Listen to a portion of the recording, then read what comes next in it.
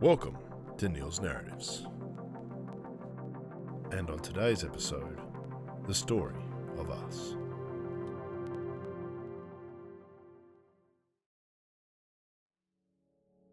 In Neil's Narratives, we have travelled from the start of everything, the Big Bang, to the formation of stars, galaxies, and eventually our planet, with its miracle trait of harbouring life capable of surviving reset after reset. The story we have unfolded together has led to this point, the point in which we humans arrive. We aren't the only humans to have ever existed, and today we will meet our closest cousins on the tree of life and arrive at us, Homo sapiens. Homo sapiens means wise man, which, to be honest, definitely doesn't apply to all of us, and maybe is a bit too generous of a name in general. But when we take a step back to see what us apes in clothing have achieved over the last 200 or so thousand years, I think it's fairly fitting. Let's hope we can live up to that name in the future. Anyways, I hope you enjoy the story of us.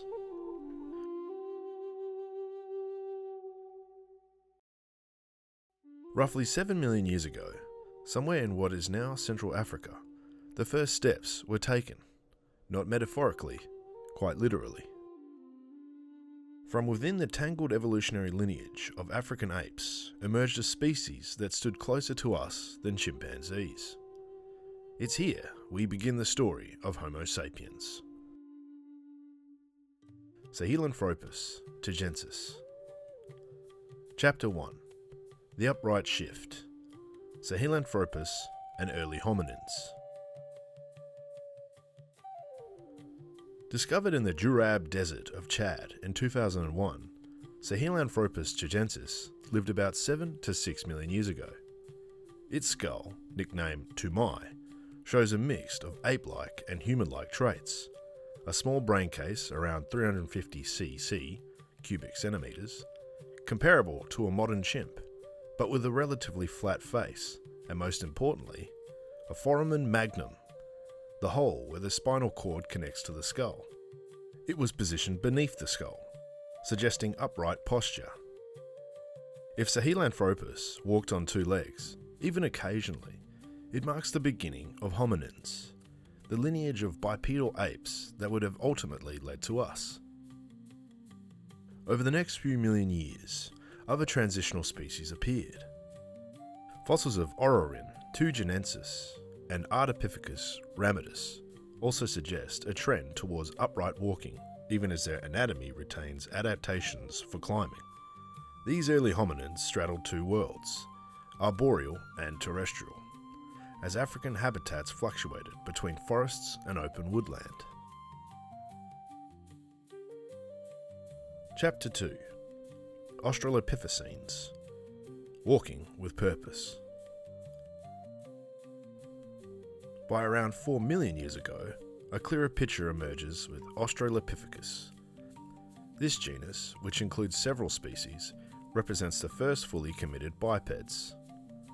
The best known is Australopithecus afarensis, exemplified by the famous Lucy fossil, discovered in Ethiopia in 1974. Standing about 1 to 1.2 metres tall, Lucy lived around 3.2 million years ago. Her skeletal structure reveals a pelvis and leg bones suited for upright walking, though her long arms and curved fingers suggested she still spent time climbing. Australopithecus species flourished across eastern and southern Africa. A. africanus, A. anamensis, and A. gari each represent variations in diet, jaw structure, and mobility, responses to the shifting mosaic of grasslands and woodlands in the Pliocene epoch. Though their brains remained small, around 400 to 500 cc, Australopithecines showed signs of social behaviour, ecological flexibility, and possibly even early tool use. Chapter 3. The First Toolmakers, Homo habilis and the Older One tradition. Roughly 2.5 million years ago, the genus Homo emerges. The earliest member is likely Homo habilis, or handyman, first described in the 1960s from fossils found in Tanzania's Olduvai Gorge. With a brain size closer to 600 to 700 cc and a more of a human-like foot and hand structure, Homo habilis marks a step change in hominin evolution. Most notably, this species is associated with the older one tool industry, simple stone tools made by striking flakes from a core. These tools were used to cut meat, crack bones, and process plants. If they were alive today, they would run businesses that rival Jim's mowing. Homo habilis may have still climbed trees and lived a relatively primitive existence, but it represents a turning point, a species expanding its niche by using technology.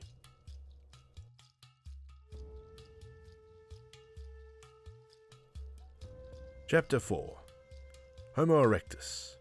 Fire, migration, and the long run. About 1.9 million years ago, Homo erectus emerges, and with it, one of the most successful and widespread species in the human story. In fact, if we hope to be as successful, our species needs to last another 1.7 million years. I'm not holding my breath on that. With a brain size averaging 900 to 1100 cc, Homo erectus was large-bodied, long-legged, and better adapted for endurance walking and running. Fossils from Africa, the Caucasus, China, and Java show that they were the first hominin to leave the continent in large numbers. Homo erectus is also the first to show evidence of controlled fire use. Halves and charred bones suggest cooking, warmth, and predator deterrence. Advanced tools. The Acheulean hand axe, a symmetrical bifacial stone tool, required skill and foresight to craft. Social structure. Long childhoods and cooperative living may have emerged in earnest. Some populations of Homo erectus persisted for over 1 million years. Their legacy includes several transitional forms, including Homo ergaster in Africa, and possibly overlaps with later species like Homo heidelbergensis. Chapter 5. The Branching Bush. Archaic Humans and Lost Relatives. The Middle Pleistocene, from about 800,000 to 300,000 years ago, saw the rise of multiple hominin forms. Evolution was not linear. Instead, the hominin tree branched outward, producing a variety of species adapted to different regions. Homo heidelbergensis, with a brain size close to modern humans, about 1,200 cc, lived across Africa and Eurasia, and may have been the last common ancestor of Homo sapiens, Neanderthals, and Denisovans. In Europe, Homo neanderthalensis evolved, stocky, cold adapt, and remarkably intelligent. Neanderthals made complex tools, buried their dead, and likely had symbolic culture. They got a bad rap back in the day, the original caveman, but now modern viewpoints depict them not as the smash and drag brute, but of a kind, caring muscle man. Seriously, if they were around today, they would win all the strongman contests hands down. In Asia, a mysterious group called the Denisovans left little more than DNA and a few bone fragments, but their genetic traces persist in modern populations from Papua New Guinea to Tibet. Meanwhile, other branches appear. Homo floresiensis, a diminutive species in Indonesia, possibly descended from early erectus populations. Homo luzonensis, known from the recent finds in the Philippines. Homo naledi, a small-brained but surprisingly complex hominin from South Africa. Most of these groups disappear between 50,000 and 30,000 years ago, but not before one final dramatic development.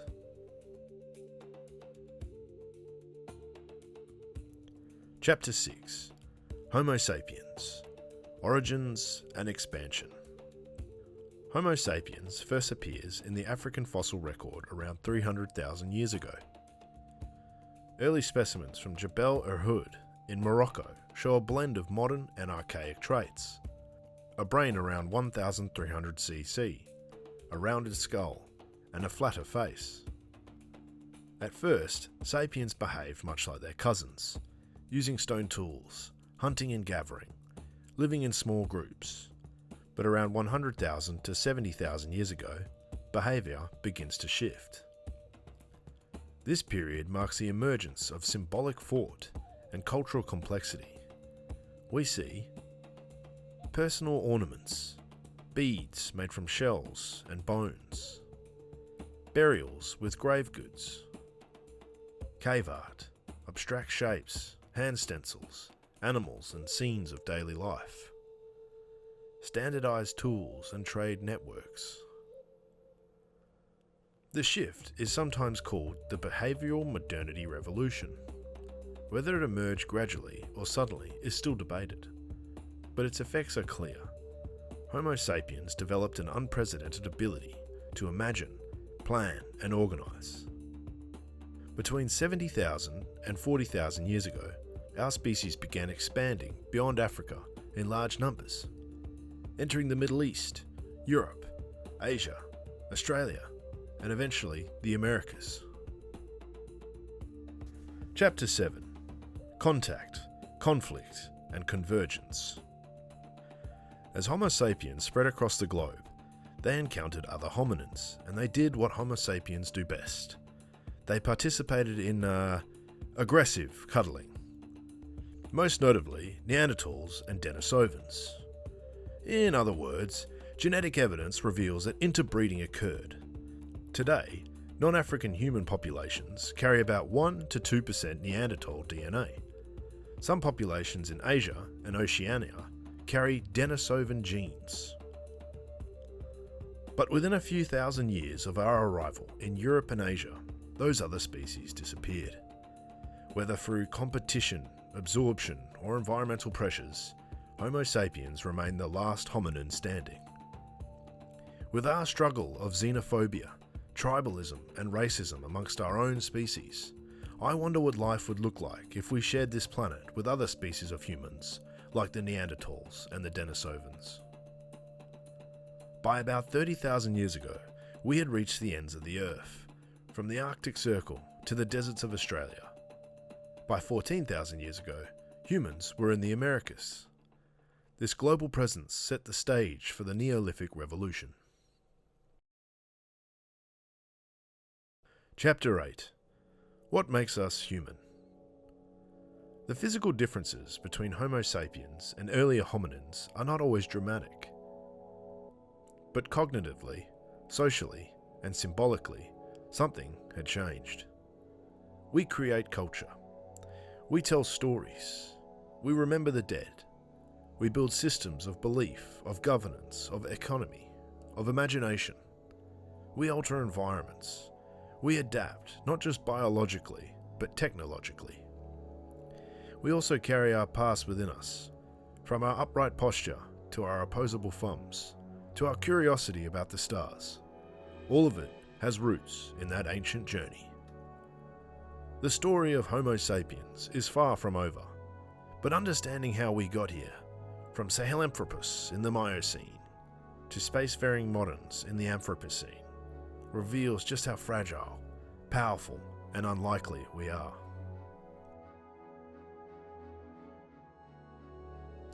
Thanks for joining me on this journey through the deep past of humanity and the conclusion of Season 1 of Neil's Narratives. Yippee! Alrighty, I really hope you enjoyed this season. There's been a lot of things I've learnt, that's for sure, and I'm definitely still learning every single day. I'm still trying to figure out how best to do this show. By golly, if you liked it, I'd love to hear it. That really makes my day.